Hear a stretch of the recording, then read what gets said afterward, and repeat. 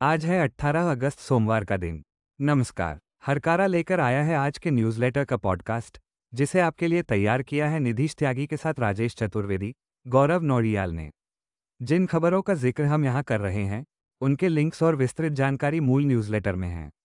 सुनिए ऑटोमेटेड आवाज़ में। हरकारा यानी हिंदी भाषियों के लिए क्यूरेटेड न्यूज़लेटर। ज़रूरी खबरें और विश्लेषण। शोर कम, रोशनी ज़्यादा। नमस्कार। हरकारा के इस ऑडियो न्यूज़लेटर में आपका स्वागत है। आज हम बात करेंगे चुनाव आयोग और विपक्ष के बीच बढ़ते टकराव की, जिसमें राहुल गांधी ने सीधे तौर पर वोट चोरी का आरोप लगाया है। हम देखेंगे कि आयोग ने इसका क्या जवाब दिया और किन सवालों से बचता नजर आया। साथ ही बात होगी बिहार की वोटर लिस्ट में सामने आई हैरान करने वाली गड़बड़ियों की और इस पर राजनीतिक अर्थशास्त्री परकला प्रभाकर के विचारों की। इसके अलावा एनडीए के नए उपराष्ट्रपति उम्मीदवार आकार पटेल का एक विश्लेषण और देश दुनिया की कुछ और जरूरी खबरें। तो आइए शुरू करते हैं आज की सुर्खियों से। चुनाव आयोग निश्चिंत है, क्योंकि 2023 में मोदी शाह ने कानून बना दिया। राहुल गांधी लोकसभा में विपक्ष के नेता राहुल गांधी ने रविवार को चुनाव आयोग पर जोरदार हमला बोला। उन्होंने आरोप लगाया कि मोदी सरकार ने 2023 में एक ऐसा कानून पास किया है जो ये सुनिश्चित करता है कि चुनाव आयोग के खिलाफ कोई कार्रवाई न हो सके। राहुल गांधी ने कहा कि चुनाव आयोग भाजपा की मदद कर रहा है और उनके साथ वोट चोरी में शामिल है। सासाराम से अपनी वोटर अधिकार यात्रा शुरू करने के बाद औरंगाबाद में उन्होंने कहा कि जब उनसे वोट चोरी के खुलासे के बाद हलफनामा देने को कहा गया, तो भाजपा नेताओं से ऐसी कोई मांग नहीं की गई, जिन्होंने अपने प्रेस कॉन्फ्रेंस में इसी तरह के आरोप लगाए थे। उन्होंने ये भी आरोप लगाया कि बिहार में मतदाता सूचियों का विशेष गहन पुनरीक्षण एसआईआर दरअसल राज्य के लोगों के वोट चुराने का एक तरीका है। राहुल गांधी ने चुनाव आयोग और भाजपा के बीच सांठगांठ का भी आरोप लगाया। उन्होंने कहा, आज उन्होंने चुनाव आयोग एक प्रेस कॉन्फ्रेंस की। मैं उनसे पूछना चाहता हूं कि सरकार ने चुनाव प्रक्रिया की सीसीटीवी फुटेज संबंधी कानून को क्यों बदला? क्या आपको पता है कि चुनाव आयुक्तों के खिलाफ कोई मामला दर्ज नहीं किया जा सकता? भारत की किसी भी अदालत में उनके खिलाफ कोई केस नहीं चल सकता। ये कानून 2023 में बनाया गया था। यह इसलिए बनाया गया क्योंकि नरेंद्र मोदी और अमित शाह ये सुनिश्चित करना चाहते हैं कि कोई भी चुनाव आयोग के खिलाफ कार्रवाई ना कर सके, क्योंकि चुनाव आयोग उनकी मदद कर रहा है और उनके साथ मिलकर वोट चोरी में शामिल है। गांधी ने कहा कि यह अंबेडकर के संविधान और एक व्यक्ति एक वोट के सिद्धांत की रक्षा की लड़ाई है। इस बीच कांग्रेस ने भी आरोप लगाया कि चुनाव आयोग सिर्फ अपनी अयोग्यता ही नहीं, बल्कि स्पष्ट पक्षपात के लिए भी पूरी तरह से बेनकाब हो गया है। पार्टी ने आयोग के इस दावे को हास्यास्पद बताया कि वह सत्तारूढ़ पार्टी और विपक्ष के बीच कोई भेदभाव नहीं करता। कांग्रेस महासचिव जयराम रमेश ने पूछा कि क्या चुनाव आयोग सुप्रीम कोर्ट के आदेशों को अक्षरशः और भावनापूर्वक लागू करेगा। उन्होंने कहा कि सीईसी ने राहुल गांधी द्वारा उठाए गए किसी भी महत्वपूर्ण सवाल का सार्थक जवाब नहीं दिया। केचुआ ने कहा कि राहुल 7 दिन में शपथपत्र दे, नहीं तो माफी मांगे। जरूरी सवालों पर चुप्पी। अपनी पहली प्रेस कॉन्फ्रेंस में मुख्य चुनाव आयुक्त ज्ञानेश कुमार ने कई अहम सवालों के जवाब देने से परहेज किया।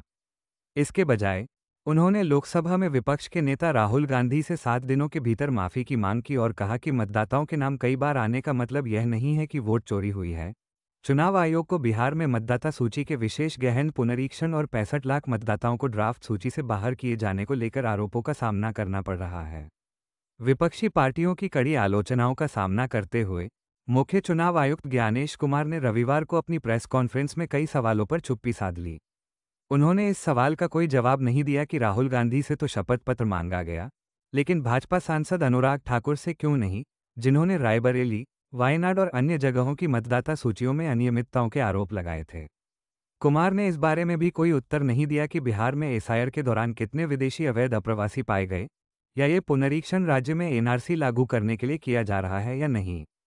चुनाव से ठीक पहले और बाढ़ के मौसम में एसआईआर कराने के सवाल पर कुमार ने कहा कि 2003 में भी यह प्रक्रिया जुलाई में ही हुई थी, लेकिन उन्होंने यह नहीं बताया कि उस समय विधानसभा चुनाव अक्टूबर 2005 से पहले निर्धारित नहीं थे। इसके बजाय कुमार ने मतदाताओं के नाम जिनके मकान नंबर 0 दर्ज हैं, उसे गरीबों पर किया गया एक मजाक बताने की कोशिश की और यह भी दावा किया कि किसी मतदाता का नाम कई बार आना वोट चोरी नहीं है। उन्होंने राहुल गांधी को चेतावनी देते हुए कहा कि उन्हें 7 दिनों के अंदर शपथपत्र देना होगा या फिर राष्ट्र से माफी मांगनी होगी। 7 ऐसे बिंदु जिनका स्पष्ट उत्तर देने से परहेज किया गया। 1. गांधी से शपथपत्र मांगा गया लेकिन भाजपा से नहीं, ज्ञानेश कुमार ने कहा कि चुनाव आयोग के लिए कोई पक्ष या विपक्ष नहीं होता। लेकिन उन्होंने इस सवाल का जवाब नहीं दिया कि जब राहुल गांधी से 1.5 लाख फर्जी मतदाताओं के आरोप पर सबूत या शपथ पत्र मांगा जा रहा है, तो भाजपा सांसद अनुराग ठाकुर से उनके आरोपों के लिए ऐसा क्यों नहीं मांगा गया। 2. नियम का चयनात्मक उद्धरण। कुमार ने राहुल गांधी से हलफनामा मांगते हुए 1960 के पंजीकरण मतदाता नियम के नियम 20(3)(b) का हवाला दिया। लेकिन उन्होंने यह नहीं बताया कि यह नियम ड्राफ्ट मतदाता सूची जारी होने के बाद की आपत्तियों पर लागू होता है। उन्होंने कहा कि अगर 45 दिनों के भीतर त्रुटियां नहीं उठाई जाती, तो यह जनता को भ्रमित करने के लिए है। 2003 में जुलाई में हुआ एसआईआर, पर उस वर्ष चुनाव नहीं था। कुमार ने बिहार में एसआईआर की टाइमिंग का बचाव करते हुए कहा कि 2003 में भी यह जुलाई में हुआ था। लेकिन उन्होंने यह नहीं बताया कि उस साल बिहार में चुनाव नहीं होने वाले थे, जबकि इस साल नवंबर में चुनाव हैं। 4. अवैध प्रवासियों पर कोई उत्तर नहीं। चुनाव आयोग ने बिहार में एसआईआर की घोषणा करते हुए एक कारण विदेशी अवैध प्रवासियों को मतदाता सूची में शामिल करना बताया था। लेकिन प्रेस कॉन्फ्रेंस में जब इन प्रवासियों की संख्या पूछी गई, तो कुमार ने कोई आंकड़ा नहीं दिया। 5. सत्यापन दस्तावेजों के साथ प्राप्त नामांकन प्रपत्रों की संख्या पर साफ जवाब नहीं। कुमार ने यह स्पष्ट नहीं किया कि बिहार में कितने फॉर्म उपयुक्त दस्तावेजों के साथ प्राप्त हुए हैं। उन्होंने कहा कि यह डेटा इकट्ठा करने का प्रयास जारी है और यह जानकारी बाद में सामने आएगी। 6. मकान नंबर शून्य। बिहार की मतदाता सूची में कई मतदाताओं के मकान नंबर को शून्य दिखाए जाने पर कुमार ने कहा कि इस पर सवाल उठाना गरीब मतदाताओं का मजाक उड़ाने जैसा है, क्योंकि बहुत से लोगों के पास घर नहीं होता। उन्होंने कहा कि चुनाव आयोग ऐसे मतदाताओं को कल्पित नंबर देता है जो कंप्यूटर पर शून्य के रूप में दिखता है। 7. मतदाता सूची और मतदान में अंतर।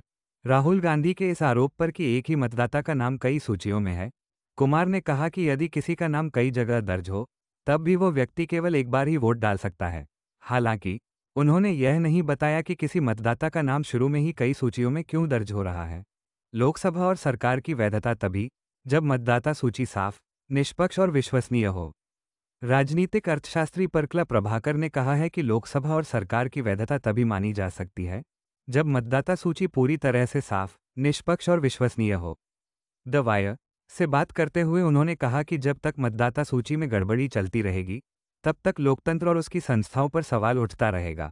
प्रभाकर ने कहा कि चुनाव प्रक्रिया की निष्पक्षता केवल राजनीतिक दलों का नहीं, बल्कि नागरिकों का भी मुद्दा है। उन्होंने इस बात पर चिंता जताई कि डिजिटल इंडिया के दौर में भी चुनाव आयोग डिजिटल मतदाता सूची को सार्वजनिक नहीं कर रहा है। जब एडीआर जैसी संस्थाएं करीब 79 लोकसभा सीटों पर 5 करोड़ फर्जी वोट जोड़े जाने का आरोप लगाती हैं, तो आयोग को पारदर्शी तरीके से जांच करनी चाहिए। सुप्रीम कोर्ट की सख्ती के बाद आयोग ने बिहार की सूची से हटाए जा रहे 65 लाख लोगों के नाम सार्वजनिक करने का आदेश तो दिया, लेकिन आयोग की जवाबदेही में कमी दिखती है। प्रभाकर का मानना है कि यह केवल राजनीतिक दलों का मामला न रहकर एक जन आंदोलन बनना चाहिए। बिहार में एसआईआर 2 घर अस्तित्व में ही नहीं, लेकिन एक में 509 और दूसरे में 459 मतदाता। द रिपोर्टर्स कलेक्टिव की एक जांच में बिहार की मतदाता सूची में चौंकाने वाली गड़बड़ियां सामने आई हैं। पिपरा विधानसभा क्षेत्र के गलिमपुर गांव में चुनाव आयोग ने एक ऐसे घर में 509 मतदाताओं को दर्ज कर दिया है जो अस्तित्व में ही नहीं है। इसी गांव में एक और गैर मौजूद घर में 459 मतदाता पंजीकृत हैं। ये जांच बताती है कि बिहार के 3 विधानसभा क्षेत्रों पिपरा, बगहा और मोतिहारी में लगभग 80,000 मतदाता फर्जी और गलत परतों पर दर्ज हैं। कई मामलों में 20 से 50 लोगों को एक ही पते पर रजिस्टर किया गया है। सबसे बड़े मामले में एक ही पते पर 294 मतदाता दर्ज हैं जो अलग अलग परिवार, जाति और समुदाय के हैं।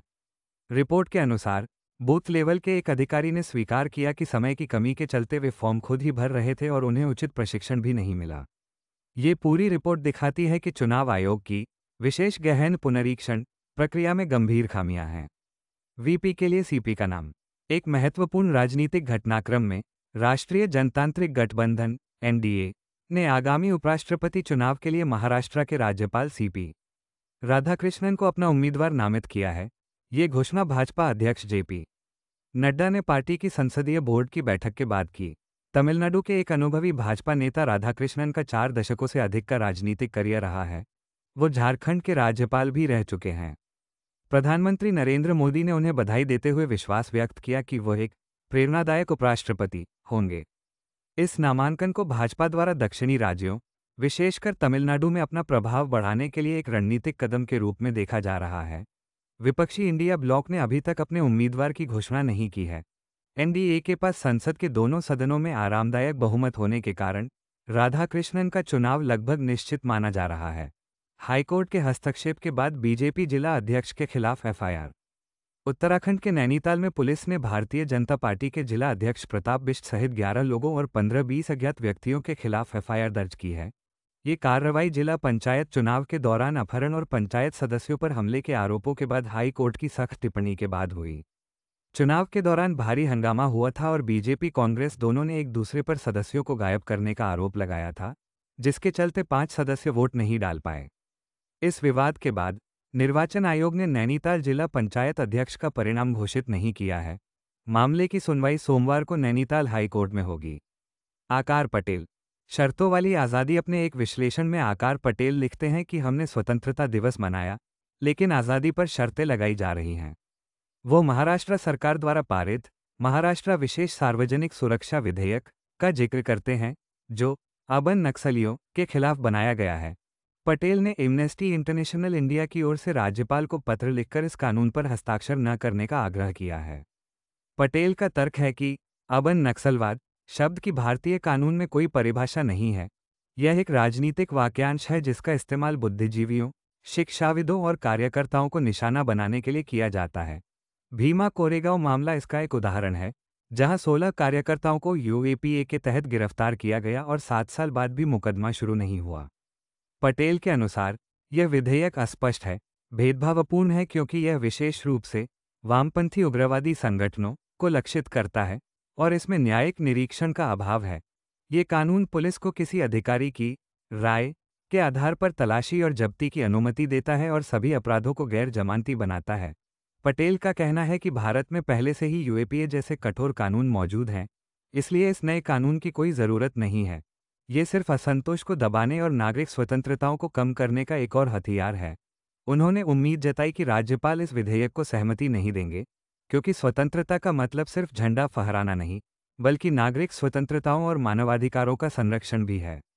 जेलेंस्की ट्रंप से मिलने डीसी में रूस के राष्ट्रपति पुतिन के साथ शिखर वार्ता के बाद पूर्व अमेरिकी राष्ट्रपति डोनाल्ड ट्रंप अब सोमवार को व्हाइट हाउस में यूक्रेनी राष्ट्रपति जेलेंस्की से मुलाकात करेंगे। इस मुलाकात से पहले ट्रंप और जेलेंस्की के बीच एक कठिन फोन कॉल हुई, जिसमें ट्रंप ने बताया कि वह अब युद्धविराम के बजाय सीधे एक व्यापक शांति समझौते की ओर झुक गए हैं। ट्रंप का कहना है कि पुतिन युद्धविराम नहीं चाहते, बल्कि युद्ध समाप्त करने के लिए एक बड़ा समझौता चाहते हैं, जिसमें जमीनी अदला बदली भी शामिल हो सकती है। ट्रंप का यह रुख जेलेंस्की पर भारी दबाव डालता है, जो हमेशा से शांति वार्ता से पहले युद्धविराम की मांग करते रहे हैं।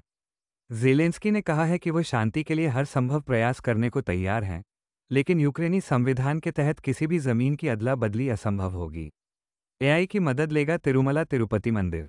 आस्था और प्रौद्योगिकी के एक अनूठे मिश्रण में तिरुमला तिरुपति देवस्थानम (टीटीडी) गूगल के सहयोग से अपनी तीर्थयात्री सेवाओं में आर्टिफिशियल इंटेलिजेंस (AI) को एकीकृत करने वाला पहला हिंदू मंदिर ट्रस्ट बनने जा रहा है।